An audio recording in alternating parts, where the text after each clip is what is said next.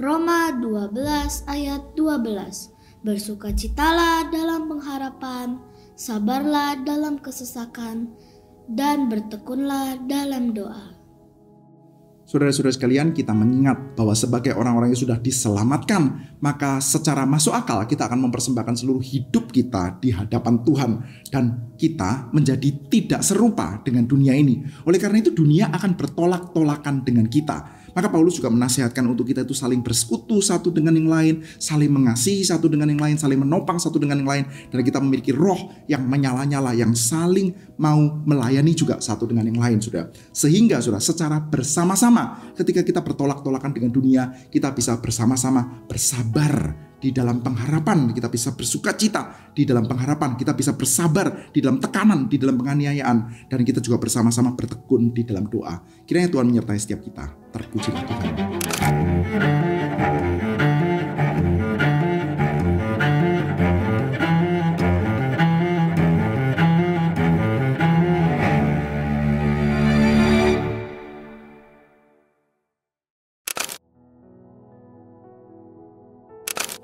Shalom Bapak Ibu Saudara sekalian, hari ini kita akan melanjutkan pembacaan Alkitab kita dari Roma pasal 14. Sebelumnya mari kita bersama-sama berdoa di hadapan Tuhan. Bapa di dalam surga, kami bersyukur di hadapan Tuhan karena Engkau mengaruniakan kepada kami firman-Mu. Firman-Mu yang menuntun kami dengan kebenaran. Firman-Mu yang menuntun kami sehingga melalui kebenaran tersebut kehidupan kami juga boleh diatur.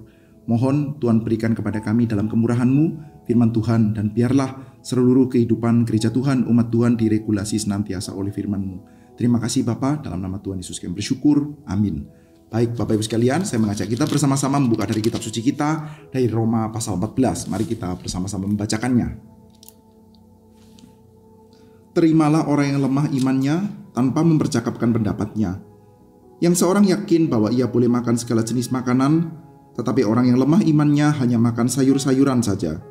Siapa yang makan, janganlah menghina orang yang tidak makan, dan siapa yang tidak makan, janganlah menghakimi orang yang makan, sebab Allah telah menerima orang itu. Siapakah kamu, sehingga kamu menghakimi hamba orang lain? Entahkah ia berdiri, entahkah ia jatuh, itu adalah urusan tuannya sendiri. Tetapi ia akan tetap berdiri karena Tuhan berkuasa menjaga dia terus berdiri. Yang seorang menganggap hari yang satu lebih penting daripada hari yang lain, tetapi yang lain menganggap semua hari sama saja. Hendaklah setiap orang benar-benar yakin dalam hatinya sendiri. Siapa yang berpegang pada suatu hari-hari tertentu, ia melakukannya untuk Tuhan. Dan siapa makan, ia melakukannya untuk Tuhan, sebab ia mengucap syukur kepada Allah. Dan siapa tidak makan, ia melakukannya untuk Tuhan, dan ia juga mengucap syukur kepada Allah.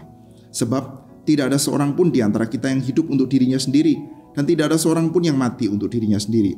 Sebab jika kita hidup untuk Tuhan. Dan jika kita mati untuk Tuhan. Jadi baik hidup atau mati, kita adalah milik Tuhan. Sebab untuk itulah Kristus telah mati dan hidup kembali, supaya ia menjadi Tuhan baik atas orang-orang mati maupun atas orang-orang hidup. Tetapi mengapakah engkau menghakimi saudaramu? Atau mengapakah engkau menghina saudaramu? Sebab kita semua harus menghadap tahta pengadilan Allah. Karena ada tertulis, demi aku hidup, demikianlah firman Tuhan, semua orang akan bertukuk lutut di hadapanku dan semua orang akan memuliakan Allah. Demikianlah setiap orang di antara kita akan memberi pertanggungan jawab tentang dirinya sendiri kepada Allah. Karena itu janganlah kita saling menghakimi lagi, tetapi lebih baik kamu menganut pandangan ini. Janganlah kita membuat saudara kita jatuh atau tersandung. Aku tahu dan yakin dalam Tuhan Yesus bahwa tidak ada sesuatu yang najis dari dirinya sendiri. Hanya bagi orang yang beranggapan bahwa sesuatu adalah najis, bagi orang itulah sesuatu itu najis. Sebab jika engkau menyakiti hati saudaramu oleh karena sesuatu yang engkau makan, maka engkau tidak hidup lagi menurut tuntutan kasih. Janganlah engkau membinasakan saudaramu oleh karena makananmu, karena Kristus telah mati untuk dia. Apa yang baik yang kamu miliki, janganlah kamu biarkan difitnah. Sebab kerajaan Allah bukanlah soal makanan dan minuman, tetapi soal kebenaran, damai sejahtera, dan sukacita oleh Roh Kudus. Karena barang siapa melayani Kristus dengan cara ini, ia berkenan pada Allah dan dihormati oleh manusia. Sebab itu marilah kita mengejar apa yang mendatangkan damai sejahtera dan yang berguna untuk saling membangun. Janganlah engkau merusakkan pekerjaan Allah oleh karena makanan. Segala sesuatu adalah suci, tetapi celakalah orang yang oleh makanannya orang lain tersandung. Baiklah engkau jangan makan daging atau minum anggur, atau sesuatu yang menjadi batu sandungan untuk saudaramu. Berpeganglah pada keyakinan yang engkau miliki itu, bagi dirimu sendiri di hadapan Allah. Berbahagialah dia yang tidak menghukum dirinya sendiri dengan makan apa yang dianggapnya baik untuk dilakukan. Tetapi Barang siapa yang bimbang, kalau ia makan, ia telah dihukum, karena ia tidak melakukannya berdasarkan iman. Dan segala sesuatu yang tidak berdasarkan iman adalah dosa. Sampai di sini pembacaan Alkitab kita. Saudara-saudara sekalian, kita mengingat ya, di dalam bagian terakhir, di dalam pasal yang ke-13 kemarin, ada catatan.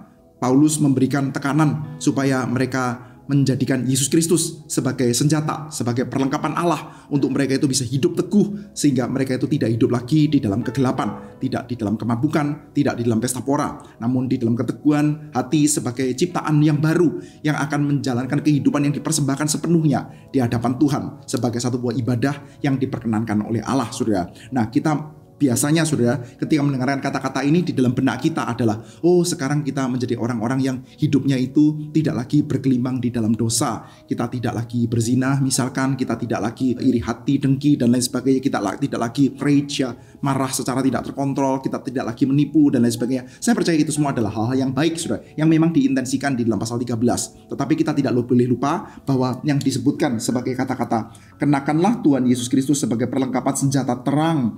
Jangan merawat tubuhmu untuk memuaskan keinginannya, tidak merawat tubuh untuk memuaskan keinginan daging. Itu bukan hanya kita bisa kaitkan dengan urusan seksualitas yang brutal atau keserakahan atau ya another hal-hal yang berkaitan dengan 7 dosa maut itu sudah. Tetapi sudah dalam hal ini kaitan dekatnya juga adalah berkenaan dengan bagaimana kita bisa saling mengasihi satu dengan yang lain. Nah, itu adalah hal-hal yang dipaparkan di dalam pasal 14 ini sudah. Maka dikatakan sekarang masuk ke dalam bagian yang sangat aktual di antara jemaat Roma ini sudah. Terimalah orang yang lemah imannya tanpa mempercakapkan pendapatnya. Maksudnya apa saudara? Orang yang lemah iman itu yang seorang yakin bahwa ia boleh makan segala jenis makanan, tapi yang lemah imannya hanya makan sayur-sayuran saja. Jadi Paulus mengindikasikan ya dari exhortation ini, dari dorongan ini adalah bahwa di antara jemaat itu ada golongan yang disebut oleh Paulus sebagai orang-orang yang lemah imannya dengan mereka yang kuat imannya. Nah, yang seperti apa itu sudah? Yang kuat imannya tidak disebutkan, tapi disebutkan ada orang yang menganggap bahwa semua makanan boleh dimakan. Dan kita bisa melihat sudah bahwa ini memang searas ya dengan ajaran Tuhan Yesus Kristus. Karena Tuhan Yesus Kristus sendiri di dalam Perjanjian Baru sudah mengatakan bahwa apa yang masuk itu tidak menajiskan, tetapi apa yang keluar darinya itu yang menajiskan, yaitu iri hati, dengki, kejahatan itu ya, dari dalam itu yang keluar itu yang menajiskan, bukan makanan yang masuk. Tuhan Yesus menyatakan bahwa semua makanan itu halal. Maka orang-orang yang memahami hal ini adalah mereka yang sudah dikatakan kuat, saudara. Mereka sudah tidak lagi terikat oleh urusan halal haram makanan. Mereka paham, saudara, bahwa di dalam Perjanjian Lama itu memang ada hukum halal haram makanan, ada dietary law. Tetapi, saudara, dietary law itu bukanlah najis di dalam dirinya sendiri. Kalau ada makanan yang najis itu bukan berarti bahwa Tuhan menciptakan sesuatu yang memang najis. Tuhan menciptakan sesuatu yang kotor di dalam dirinya sendiri. Nah, tidak ada, saudara. Semua ciptaan Tuhan itu baik. Tetapi kenapa, saudara, di dalam Perjanjian Lama kok ada perintah-perintah tertentu, saudara, yang mengaitkan makanan-makanan tertentu dengan kenajisan atau hari-hari tertentu yang mesti dipelihara? Jawabannya ini pendapat memang macam-macam, saudara. Tapi salah satu yang saya pikir itu paling mudah diterima, saudara, adalah bahwa, saudara, manusia di dalam Perjanjian Lama, kita mesti sadar, saudara, di dalam zaman yang lampau, manusia itu belajar terutama melalui ritual. Saudara jangan membayangkan ya seperti kayak kelas-kelas saat ini, saudara. Saat ini saudara pergi ke sekolah, kita bisa baca buku, kita bisa mencari informasi dari internet dan sebagainya. Pada waktu itu enggak, saudara. Media belajar terutama bukanlah self-study, pergi ke dalam perpustakaan, lalu cari jurnal, saudara. Belum ada itu semua, saudara. Jadi untuk mengajarkan satu buah kebenaran, seringkali kebenaran itu perlu diajarkan dengan kehidupan. Ketika kita menghidupi sesuatu, misalkan, saudara, dikatakan Taurat itu manis seperti madu. Mereka kasih madu, saudara. Nah ini manis ya, Taurat itu manis seperti madu. Jadi orang itu diajarkan sesuatu dengan cara mereka itu menjalaninya, saudara. Nah, mereka bagaimana bisa menjalani satu buah pengajaran yang membuat mereka itu paham bahwa mereka adalah bangsa yang kudus, bangsa yang tidak sama dengan bangsa yang lain, bangsa yang separated dengan bangsa yang lain. Nah, mereka melihat bangsa-bangsa yang lain itu makan makanan apa saja, makan dengan cara bagaimana, maka mereka punya makanan-makanan yang dikhususkan. Singkatnya seperti itu, saudara. Jadi bukan di dalam dirinya sendiri makanan itu haram, tetapi hal-hal yang menyangkut identitas yang kelihatan tidak jelas mereka nggak boleh makan, saudara. Seperti halnya misalkan, saudara, salah satunya ya kelelawar gitu. Itu kriterianya banyak, saudara. Tapi salah satunya misalkan kelelawar itu seperti kayak tidak terlalu jelas ya. Kelelawar ini apa, saudara? Terbang-terbang itu burung. Tapi burung kok ya mukanya kayak apa ya? Kayak mamalia begitu ya. Saudara kalau lihat mukanya itu kan seperti Kelelawar nggak kayak mukanya burung, sudah. Burung itu ada paruhnya, sudah. Kalau ini ada taringnya, sudah, gitu ya. Jadi ini apa ini sebetulnya? Nggak jelas, sudah. Ya, bukan berarti Tuhan menciptakan nggak jelas ya. Tetapi dari ciptaan itu manusia bisa belajar. Oh, kita Israel, kita punya identitas yang jelas sebagai umat Tuhan. Identitas yang campur-campur kita nggak boleh, sudah. Makanya kita mendapati ada makanan-makanan yang dikaitkan dengan kenajisan. Ya, kamu tidak boleh makan makanan tertentu. Karena apa? Karena itu pertama-tama dimakan juga oleh bangsa-bangsa kafir yang menyembah berhala. Kebiasaan makan itu berkaitan semuanya dengan kebiasaan kultur, sosial, cara hidup, agamanya juga, sudah. Maka kamu jangan makan makanan itu. Bukan di dalam dirinya sendiri diciptakan sebagai sesuatu yang tidak baik, sudah. Nah, mereka dalam perjanjian lama memang harus diajarkan terus-menerus seperti itu, sudah. Tetapi di dalam perjanjian baru rupanya pengajaran itu sudah disadari ketika itu menggigit begitu kuat, sudah. Akhirnya membuat orang-orang Kristen itu jadi susah untuk pergi penginjilan, sudah. Susah. Bahkan Petrus pun ketika disuruh mendatangi Cornelius yang nggak mau nih saya sama orang Gentile seperti itu, saya nggak mau ya, kan seperti itu, sudah. Jadi kita diajarkan di dalam perjanjian baru bahwa sebetulnya bukan di dalam makanannya sendiri ada yang namanya halal, ada yang namanya haram. Makanan semua yang diciptakan Tuhan itu baik. Tetapi sudah ada di antara jemaat Roma, khususnya di antara mereka yang memang itu punya latar belakang Yahudi yang kuat, masih dalam hatinya itu syak. Masa ya saya makan misalkan golongan ikan tapi tidak bersisik. Ikan toh tidak bersisik, bukankah ini tidak jelas ya? Masa ya ini Mama Bia kok berkukunya tidak belah, ini terus bagaimana ya? Masa ya saya mesti makan makanan ini ya? Apalagi sudah ada makanan-makanan yang dipersembahkan kepada berhala. Anda kalau pergi ke pasar-pasar pada waktu itu sudah daging-daging yang memang disembelih dipersembahkan kepada berhala. Waduh, mereka itu siak sekali dalam hati mereka. Nah, bagi orang-orang Kristen jelas semua makanan itu halal. Loh, kalau sudah dipersembahkan kepada berhala bagaimana? Paulus menyatakan sudah bahwa bukan di dalam surat ini ya, sudah. Paulus pernah menyatakan bahwa sebetulnya dalam surat Korintus ya, sebetulnya berhala itu apa sih? Dipersembahkan kepada berhala. Berhala itu apa? Berhala itu nggak ada. Kita monoteisme percaya hanya ada Allah, gitu ya, sudah. Hanya ada Allah dan setan lah, begitu, sudah. Nah, kalau mereka mengatakan dipersembahkan kepada Baal lah, kepada Asyera lah, Baal, Asyera, dewa Marduk, dewa ini, dewa itu, dewa ini, dewa itu apa sebetulnya? Ya kagak ada. Itu cuma pikiran manusia aja itu. Jadi itu argumentasinya Paulus ya. Jadi sebetulnya dipersembahkan kepada dewa-dewa itu nggak ada, yang ada cuma Tuhan. Jadi sudah nggak usah khawatir dengan makan makanan apapun saja. Nah, sudah ketika pergi ke pasar, sudah ada orang-orang yang syak ya. Aduh, bagaimana ya saya kalau makan makanan kalau sudah dipersembahkan kepada berhala, kepada dewa-dewa ini saya tidak bisa makan, tidak bisa makan daging, tidak bisa makan daging itu, tidak bisa makan daging, tidak bisa makan daging itu. Jadi bagaimana? Ya udah, saya makan sayur-sayuran saja. Jadi seperti kayak vegetarian. Nah, ini kita mesti bedakan sudah dengan vegetarian di dalam ya, misalkan Buddhisme ya, kita mesti bedakan sudah. Bukan berarti di dalam perjanjian lama mereka diajarkan untuk menjadi vegetarian, bukan.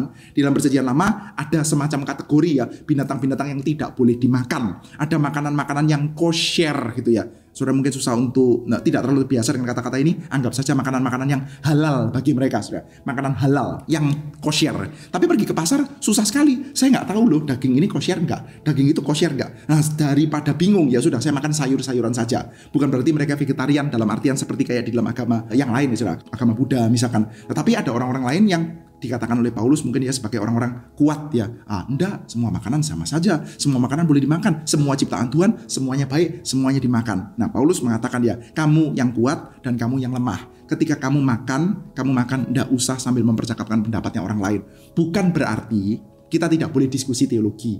Bukan berarti kita tidak boleh diskusi tentang dietary law. Nanti kita akan lihat sudah. Yang tidak diperbolehkan apa? Yang tidak diperbolehkan adalah kamu itu menghakimi orang lain, lalu orang yang masih syak imannya, lalu kita somehow dalam tanda kutip seperti kayak paksakan pandangan kita kepada dia, sehingga dia kalau nggak berani makan daging rasanya kayak kok saya nggak berani sih, itu kok berani, terus jadi sepertinya kayak saya ada salahnya apa begitu ya. Akhirnya dia memaksa diri untuk makan, sementara hati nuraninya nggak bersih ya. Ketika dia itu mau makan sebetulnya masih takut-takut, lalu dia makan juga dalam hatinya itu seperti kayak berasa kalau saya makan ini saya dosa loh. Tapi ada tekanan dari saudara-saudara yang dalam tanda kutip lebih kuat itu, imannya lebih kuat itu, sudah tahu bahwa semua makanan halal, akhirnya ya sudah saya makan juga. Dan ketika saya makan, padahal hati saya mengatakan bahwa saya makan ini dosa, tapi dia makan juga, berarti dia berdosa di hadapan Tuhan. Nah, ini jadi kacau, sudah. Maka Paulus memperingatkan ya di bagian yang paling awal ya, kamu itu siapa sih? Kamu itu siapa?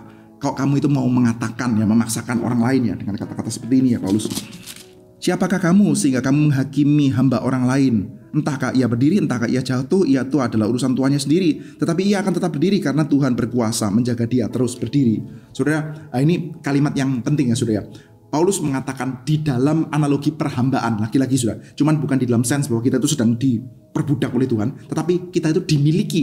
Kita tuh dimiliki oleh Tuhan. Kita ini sama-sama budak. Saya adalah budaknya Tuhan yang memiliki kita. Anda juga adalah budaknya Tuhan yang memiliki kita. Saya bukan pemilik Anda bukan pemilik saya. Kenapa saya bisa menghakimi Anda yang adalah miliknya Tuhan? Kenapa Anda menghakimi saya yang adalah miliknya Sang Tuhan? Gak bisa. Kamu nggak usah pedulikan, ya dalam tanda kutip ya, saya jatuh atau saya berdiri. Kalau saya jatuh itu urusannya Tuhan, kalau saya berdiri itu urusannya Tuhan. Tetapi Paulus memperingatkan, Tuhan kita itu adalah Tuhan yang akan membuat kita berdiri. Jadi jangan lebih heboh daripada Sang Tuhan. Tuhan tuh tahu kalau kita jatuh kita bakal berdirikan bagaimana ya. Nah ini kata-katanya seperti ini ya. Tetapi ia akan tetap berdiri karena Tuhan berkuasa menjaga dia terus berdiri. Jadi orang yang kuat imannya, lebih mengerti, teologinya lebih advance, tahu bahwa sekarang di dalam Tuhan Yesus semuanya itu halal, dan hal itu bahkan memperluas kita untuk kita bisa pergi kepada orang-orang Gentiles, bisa makan bersama dengan mereka sambil memberitakan Injil. Itu akan memperluas kita, posisi kita jadi lebih kuat secara iman. Sementara ada orang yang syak, itu pikirannya masih dipengaruhi oleh perjanjian lama. Aduh, saya tidak boleh makan ini, gak boleh makan itu, saya masih memelihara hari-hari festival A, festival B, hari-hari tertentu atau sabat atau ini, lalu saya jadi tidak bisa begini, tidak bisa begitu. Nah, yang lebih lemah imannya tidak usah menghakimi yang kuat, yang mengatakan dasar itu orang yang memang tidak mau diikat oleh peraturan. Di sisi yang lain, orang yang lebih kuat imannya juga tidak usah menghakimi yang lemah, apalagi sampai memaksakan, saudara. Selanjutnya, saudara, dikatakan bahwa setiap kita itu adalah hidupnya untuk Kristus. Jadi apapun saja your state ya, keadaan kita seperti apa, kita semua melakukannya untuk Kristus. Yang seorang menganggap hari yang satu lebih penting daripada hari yang lain, yang mungkin ini berkenaan dengan hari Sabat lah, atau hari perayaan-perayaan tertentu, sudah Pentakosta atau mungkin Hanukkah bahkan ya. Tetapi yang lain menganggap semua hari sama saja. Hendaklah setiap orang benar-benar yakin dalam hatinya sendiri. Siapa yang berpegang pada suatu hari yang tertentu, ia melakukannya untuk Tuhan. Dan siapa makan, ia melakukannya untuk Tuhan, sebab ia mengucap syukur kepada Allah. Dan siapa tidak makan, ia melakukannya untuk Tuhan, dan ia juga mengucap syukur kepada Allah. Sebab tidak ada seorang pun di antara kita yang hidup untuk dirinya sendiri, dan tidak ada seorang pun yang mati untuk dirinya sendiri. Sebab jika kita hidup untuk Tuhan, dan jika kita mati untuk Tuhan. Jadi baik hidup maupun mati, kita adalah milik Tuhan. Saudara, jadi Paulus mengatakan di dalam bagian ini, saudara, bukan bahwa kita tidak boleh bercakap-cakap, bukan bahwa kita itu tidak boleh diskusi teologi. Sebetulnya makanan itu boleh atau enggak sih? Bukan dalam hal itu, saudara. Tetapi saudara, ketika kita itu saat ini, our present state, sedang ada di dalam satu buah keyakinan dalam hati nurani kita. Menurut hati nurani saya boleh makan apa saja. Menurut hati nurani saya itu makan darah juga tidak masalah. Saya itu mau makan daging apapun juga tidak masalah. Saya makan daging babi hutan, menurut hati saya tidak masalah, maka saya akan makan. Saya makan itu di dalam ucapan syukur kita kepada Allah. Tuhan, saya bersyukur Engkau menciptakan semuanya ini, menyediakan semuanya ini, dan sekarang saya bisa menikmatinya. Ini semua syukur kepada Allah. Kita melakukannya untuk Tuhan di dalam ucapan syukur kepada Tuhan. Tetapi sudah di sisi yang lain, ada orang yang merasa ini nggak boleh, ini nggak boleh, ini nggak boleh. Tuhan melarang ini, Tuhan melarang ini, Tuhan melarang ini, Tuhan melarang ini. Lalu di hadapan Tuhan kita mengatakan, Tuhan, saya makan sayur saja supaya menyenangkan-Mu. Saya tidak makan makanannya tidak kosher. Saya takut yang itu dipersembahkan kepada berhala. Saya takut yang itu tidak kosher. Saya takut yang ini nanti saya melanggar hukum Tuhan di dalam Taurat. Saya takut melanggar hukum-Mu Tuhan. Maka saya mau makan ini untuk Tuhan. Lakukanlah itu, saudara. Jadi setiap orang ketika melakukan itu, melakukannya untuk Tuhan. Bukan berarti bahwa kita tidak boleh debat teologis. Bukan berarti kita tidak boleh berdiskusi tentang pendapat masing-masing. Tetapi tekanannya adalah apapun saja pendapat yang Anda miliki, maka terutama kita bukan sedang ingin merasa saya lebih benar daripada kamu atau Anda lebih benar daripada saya. Tetapi yang ingin kita tekankan adalah pada waktu saya punya pendapat saya ini pendapat saya pegang karena saya berasa bahwa dengan begini saya paling memuliakan Tuhan. Anda juga berasa dengan begini saya paling memuliakan Tuhan. Bukan bahwa saya itu lebih benar daripada Anda, atau bukan bahwa saya itu melakukan ini karena memang saya lebih suka.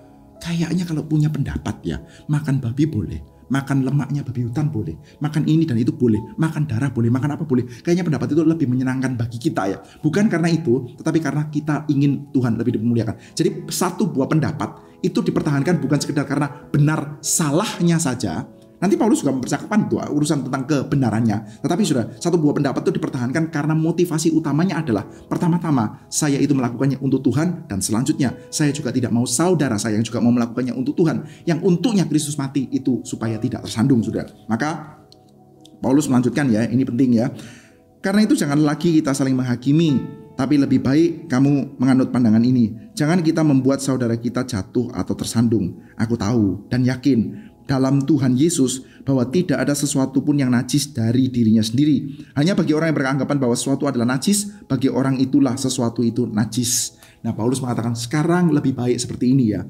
Dia tahu, Paulus mengatakan, aku tahu bahwa nggak ada ciptaan Tuhan yang najis. Bagi Paulus, sudah Anda kasih Paulus makanan apa saja, kecuali itu bisa menjadi batu sandungan buat orang yang lain, dia akan makan, sudah. Makanan apapun saja itu adalah halal, itu boleh dimakan, sudah. Tetapi saya tidak mau ketika makanan ini saya makan, saya menjadi batu sandungan bagi saudara saya, sudah. Apapun itu, sudah. Mau itu makanan, mau itu minuman, mau itu semua hal apapun saja, sudah. Itu kalau jadi batu sandungan buat orang lain, mendingan tidak usah. Jadi posisi kita adalah saya mau melakukan ini adalah untuk Tuhan. Saya boleh makan ini semua, boleh. Tetapi ada bagi orang sesuatu itu nggak boleh. Maka ketika Anda lakukan, itu jadi nggak boleh juga.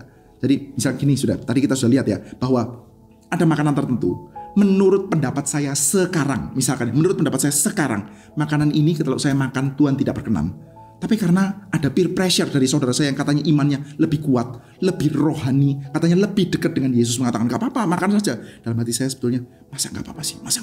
Sebenarnya gak apa-apa, gak boleh. Sebetulnya itu najis. Tapi akhirnya kita makan juga, saudara. Kita sedang berdosa, saudara.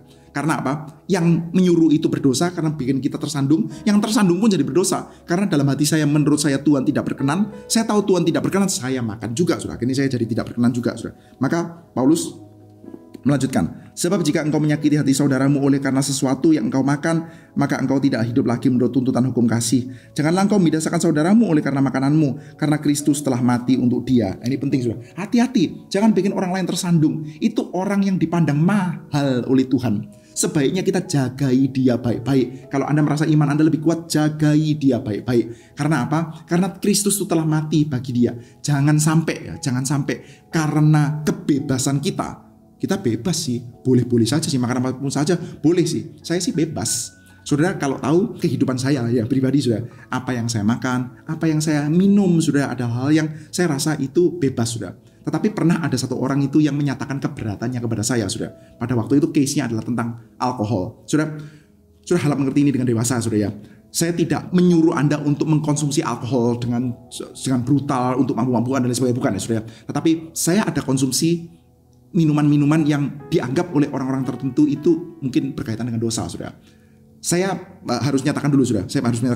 Saya bukan orang yang bermabuk-mabukan. Nggak pernah sama sekali, saudara. Sama sekali. Setelah saya menjadi orang Kristen tuh saya tidak pernah sama kali mabuk-mabukan. Nggak pernah, saudara. Jadi itu clear, saudara. Saya tidak mabuk-mabukan. Saya tidak pernah minum apapun atau makan apapun yang membuat kesadaran saya turun. Itu nggak pernah, saudara.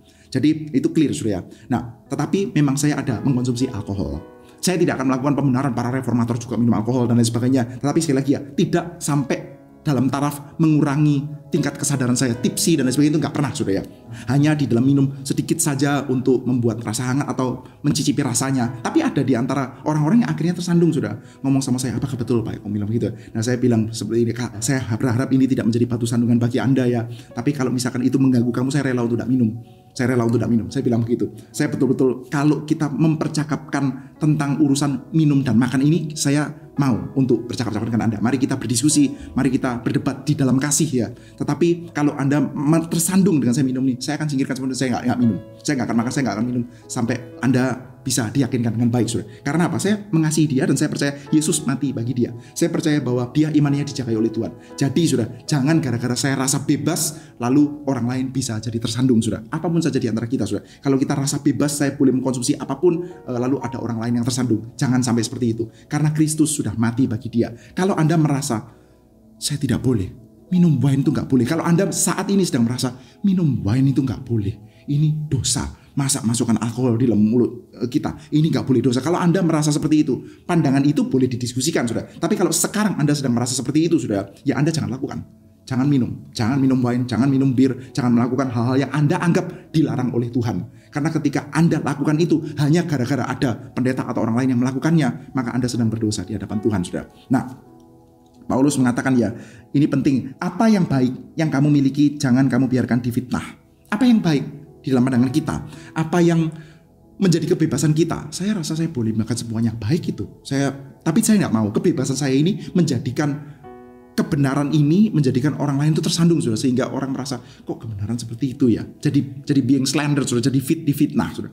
Selanjutnya, Kerajaan Allah bukan soal makanan dan minuman, tapi soal kebenaran, damai sejahtera, dan sukacita oleh Roh Kudus. Dengan cara ini ia berkenan pada Allah dan dihormati oleh manusia. Berkenan kepada Allah dan sekaligus dihormati oleh manusia. Dalam case ini adalah bagi orang yang kuat, orang yang lemah itu menghargai. Bagi orang yang lemah, yang kuat ini juga bisa menghargai. Ketika Anda menjalankan apa yang Anda yakini, saya akan menghormati. Bagi orang-orang yang mengatakan bahwa, aduh saya kayaknya enggak mau loh makan dadi, saya nggak bisa makan saksang karena bumbunya itu ada pakai darah atau bagaimana saudara, atau makan air RW atau apa karena bumbunya pakai darah, atau saya nggak bisa minum wine, saya nggak bisa minum alkohol, saya nggak bisa minum bir. Anda melakukan itu, saya akan menghormatinya. Ketika ada orang lain yang melakukan itu, Anda juga jangan membiarkan kebebasan Anda membuat orang lain itu tersandung, saudara. Selanjutnya, karena barang siapa melayani Kristus dengan cara ini, ia berkenan pada Allah dan dihormati manusia. Sebab itu marilah kita mengejar apa yang mendatangkan damai sejahtera dan yang berguna untuk saling membangun. Saling membangun, itu kunci saudara. Janganlah engkau merusakkan pekerjaan Allah oleh karena makanan. Segala sesuatu adalah suci, tapi celakalah orang yang oleh makanannya orang lain tersandung. Segala sesuatu suci, semua makanan suci. Tapi ketika kita makan itu ya, apalagi kadang-kadang ada orang yang provoking saudara. Ada orang yang provoke sengaja. Menurut saya Alkitab boleh. Menurut saya Alkitab mengatakan ini semua halal. Menurut kamu nggak boleh ya? Nih saya coba makan. Itu provoking saudara ya. Jadi memang semua makanan suci, semua makanan halal saudara. Tapi ketika kita melakukan itu, kita menjadikannya kebenaran itu jadi difitnah saudara. Maka kita mendapati ya, jangan engkau merusakkan pekerjaan Allah. Pekerjaan Allah jadi dirusakkan oleh karena makanan. Segala sesuatu suci, tapi celakalah orang yang oleh karena makanannya orang lain tersandung. Baiklah engkau jangan makan daging atau minum anggur atau sesuatu yang menjadi batu sandungan untuk saudaramu. Kalau ada yang jadi batu sandungan, gak usah makan. Bila perlu makan sayur sudah. Apa sih salahnya sudah? Ini bukan bicara tentang urusan kesehatan, gizi dan lain sebagainya. Tetapi mendingan puasa sekalian sudah. Yang penting tekanannya adalah karena saya mengasihi sesama saya. Saya mengasihi saudara saya. Apakah saudara saya itu imannya boleh dipertumbuhkan? Ya mesti perlu dipertumbuhkan. Tapi sudah di dalam semangat saling mengasihi satu dengan yang lain sudah. Selanjutnya, berpeganglah pada keyakinan yang kau miliki. Bagi orang-orang yang kuat ya, berpeganglah pada keyakinan yang kau miliki bagi dirimu sendiri di hadapan Allah. Berbahagialah dia yang tidak menghukum dirinya sendiri dalam apa yang dianggapnya baik untuk dilakukan. Saya misalkan, atau siapapun sudah merasa makanan ini baik. Saya kalau makan makanan ini yang dianggap orang lain haram itu, tapi nggak ada orang lain yang tahu sudah. Saya kalau makan ini atau saya minum ini, nggak ada orang lain yang tahu. Menurut saya itu nggak apa-apa. Menurut saya ini boleh, dan memang Paulus sendiri juga percaya itu semua halal. Maka saya makan, saya minum, berbahagia. Saya tidak menghukum diri saya sendiri, Tuhan juga tidak menghukum saya, Tuhan juga tidak menganggap itu hal haram, saya berbahagia. Semuanya fine. Tetapi sudah ayat terakhir, barang siapa bimbang, kalau ia makan, ia telah dihukum karena ia tidak melakukannya berdasarkan iman, dan segala sesuatu yang tidak berdasarkan iman adalah dosa. Nah, tekanannya sekali lagi sudah, kebebasan kita dari orang-orang yang lebih kuat dalam tanda kutip itu tidak boleh sampai akhirnya mengganggu imannya di antara mereka yang masih lemah. Dan tidak gampang sudah, khususnya bagi orang-orang Yahudi pada waktu itu sudah. Mereka itu dibesarkan dengan dietary law yang sangat ketat sudah, tentang aturan cuci tangan, cuci pinggan, makan makanan tertentu, makan pada hari-hari tertentu, makan bersama dengan orang-orang tertentu sudah. Itu sangat tidak mudah untuk tahu-tahu saja dikatakan itu semua tidak matters. Nggak gampang mereka dibesarkan dengan liturgi seperti itu, tahu-tahu saja menjadi itu semuanya nggak matters. Nggak gampang buat mereka sudah. Nah, oleh karena itu ketika kita tahu di antara saudara-saudara Kristen yang ada seperti ini, sebaiknya kita bertenggang rasa. Meskipun saya tahu saya sebetulnya itu tidak apa-apa, tapi daripada saya makan lalu jadi batu sandungan, jadi bahan perpecahan, buat apa sudah? Yang kita tekankan adalah bukan saya seneng, saya bebas, saya enak makannya, tetapi bagaimana iman saudara saya yang untuknya Kristus itu mati. Dan pada saat yang bersamaan kita tetap boleh ya untuk saling mendiskusikan tentang hal-hal berkaitan dengan makanan, minuman. Tapi tekanannya adalah harus untuk mendatangkan damai sejahtera bagi semuanya. Baik Bapak Ibu sekalian, hari ini saya ingin mengajak kita untuk menaikkan satu buah pokok doa. Pokok doanya sederhana, yaitu mari kita berdoa di hadapan Tuhan, meminta kiranya Tuhan betul-betul menaruh di dalam pikiran kita pertama-tama kedewasaan iman, yaitu bukan sekedar pengertian bahwa kita boleh memakan segala sesuatu, tapi kedewasaan iman bahwa Kristus mati untuk sesama kita. Maka biarlah kita mengasihi sesama kita seperti Kristus juga mengasihi mereka. Oke, saya mengajak kita untuk menghafalkan satu buah ayat hafalan, yaitu dari pasal 14 ayat yang ke-8. Sebab jika kita hidup untuk Tuhan, dan jika kita mati untuk Tuhan. Jadi baik hidup atau mati kita adalah milik Tuhan. Sampai di sini Bapak Ibu sekalian, kita bertemu di dalam pembacaan Alkitab selanjutnya. Tuhan berkati setiap kita, terpujilah Tuhan.